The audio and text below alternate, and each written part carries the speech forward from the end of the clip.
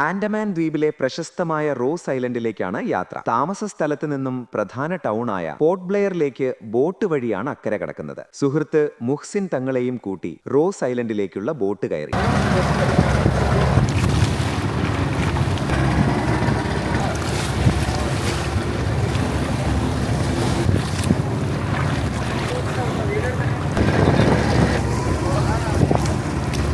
ഞങ്ങൾ അങ്ങനെ റോസ് ഐലൻഡിലെത്തി. ജുനൈസും മോസിൻ തങ്ങളും മാനുകളുമായി സംവദിക്കുകയാണ്. ഐലൻഡിൽ കടന്നു ചെല്ലുമ്പോൾ തന്നെ താഴ്ഭാഗത്ത് ഒരുപാട് മാനുകളെ നമുക്ക് കാണാൻ കഴിയും. ആൻഡമാൻ നിക്കോബാർ ദ്വീപിന്റെ ബ്രിട്ടീഷ് ഭരണസിരാ കേന്ദ്രവും ജപ്പാനീസ് അധിനിവേശ സമയത്തെ പ്രധാന സ്ഥലവുമായിരുന്നു. ഇവിടെ 1941 ഭൂകമ്പം വരെ ബ്രിട്ടീഷ് ആസ്ഥാനവും തടവറയും നിലനിന്നിരുന്നു. 1942 ജപ്പാൻ പിടിച്ചെടുത്ത് സുഭാഷ് ചന്ദ്രബോസ് ത്രിവർണ പതാക ഉയർത്തി. ബ്രിട്ടീഷ് കാലഘട്ടം 1858 മുതൽ 1941 ഭൂകമ്പം വരെ ബ്രിട്ടീഷ് ഭരണത്തിന്റെ തലസ്ഥാനമായിരുന്നു ഈ ദ്വീപ്. ചീഫ് കമ്മീഷണറുടെ കാര്യാലയം, സെക്രട്ടേറിയറ്റ്, ബസാർ, പള്ളി, പ്രിന്റിംഗ് പ്രസ്, ജലശുദ്ധീകരണശാല തുടങ്ങിയ സൗകര്യങ്ങൾ തടവുകാരെ കൊണ്ട് നിർമ്മിച്ചു. ഇപ്പോൾ തകർന്നുകിടക്കുന്ന ബ്രിട്ടീഷ് കാലഘട്ടത്തിലെ കെട്ടിടങ്ങളുടെ സ്മാരകങ്ങളാണ് ഇവിടെ കാണുന്നത്. 1941 ഭൂകമ്പത്തിലും തുടർന്നുണ്ടായ നാശനഷ്ടങ്ങളിലും പല കെട്ടിടങ്ങളും തകർന്നു.